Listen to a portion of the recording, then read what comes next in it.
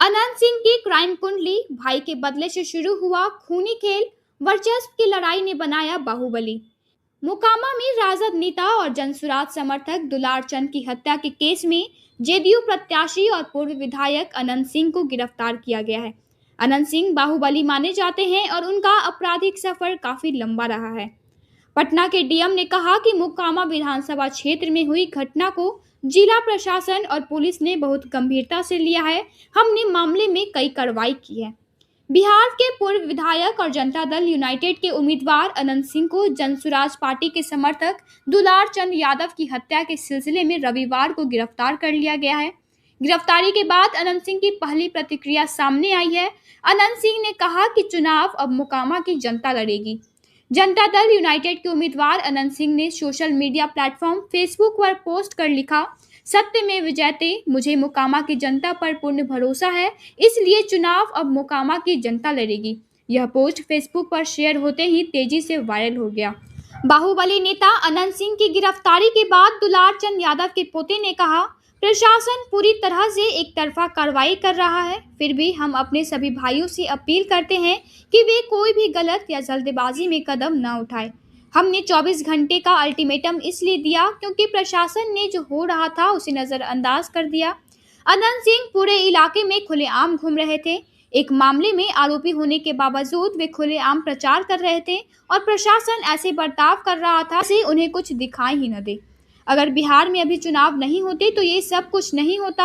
ये घटनाएं चुनावों की वजह से ही हो रहा है, इसलिए चुनाव आयोग भी दोषी है और पटना एसएसपी भी। जब पटना एसएसपी को पहले से ही पता था कि इस इलाके में बाहुबली बड़ी संख्या में है, तो पर्याप्त पुलिस बल क्यों नहीं तैनात किया गया।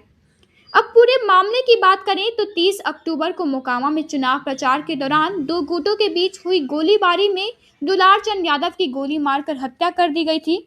यहां से जेडीयू ने अनंत सिंह को अपना उम्मीदवार बनाया है। पटना एसएसपी कार्तिकेय के शर्मा ने प्रेस कॉन्फ्रेंस करके अनंत सिंह की गिरफ्तारी की जानकारी दी।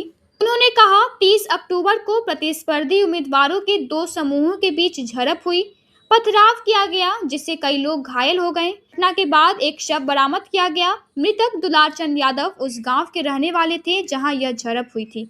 दोनों पक्षों ने मामला दर्ज किया और पुलिस ने मामले की जांच शुरू कर दी। सबूतों, प्रत्यक्षदर्शियों के बयानों और मृतक की पोस्टमार्टम रिपोर्ट के आधार पर ऐसा प्रतीत होता है कि आदर्श आचार संहिता का उल्लंघन किया गया था। यह एक गंभीर मामला है। यह पाया गया कि यह सब उम्मीदवार अनंत सिंह की उपस्थिति में हुआ, जो इस मामले में मुख्य आरोपी भी हैं। अनंत सिंह को गिरफ्तार कर लिया गया है। उनके साथी मणिकांत ठाकुर और रंजीत राम को भी उनके साथ गिरफ्तार किया गया है। एसएसपी ने आगे कहा, जल्द ही और गिरफ्तारियां की जाएंगी। सीआईडी ने भी मामले की जांच शुरू कर दी है। विभिन्न धाराओं के तहत मामले दर्ज किए गए हैं। दोनों समूहों के लोगों को पुलिस के साथ दुर्व्यवहार करने और कानून व्यवस्था की समस्या पैदा करने के आरोप में गिरफ्तार किया गया है। हत्या के तीनों आरोपियों ने सरेंडर नहीं किया है, उन्हें गिरफ्तार किया गया है। हम जल्द से जल्द अदालत से उसकी रिमांड लेने की कोशिश करेंगे और अपनी जांच शुरू करेंगे।